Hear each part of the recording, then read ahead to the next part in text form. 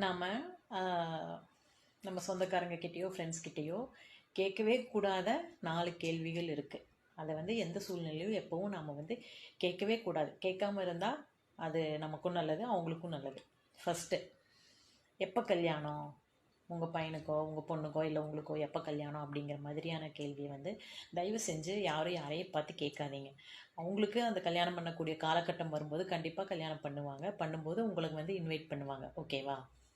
அப்புறம் செகண்ட், +2ல் என்ன மார்க்கு, 10th என்ன மார்க்கு அப்படின்னு என்னமோ மார்க்கு இவங்க தெரிஞ்சு அந்த மார்க்கை வச்சு இவங்களுக்கு இன்ஜினியரிங் சீட்டு மெடிக்கல் சீட்டு வாங்கி கொடுத்துட்ற மாதிரி.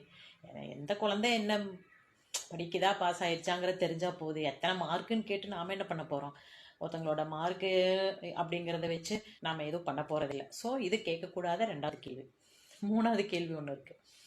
ஏதாவது சொத்து கீத்து வாங்கி போட்டிருக்கியா? புள்ள கல்யாணத்துக்கெல்லாம் நகை நட்டில் எவ்வளோ சேர்த்து வச்சுருக்க அப்படின்னு கேட்பாங்க. ஏன் எதுவும் சேர்த்து வைக்கலின்னா 20-30 பவுன் நீங்கள் தரப்போகிறீங்களா? இல்லை சொத்து எதுவும் வாங்கி வைக்கலன்னா சொத்து வாங்கி தரப்போகிறீங்களா? பினாமி ஆக்க போகிறீங்களா?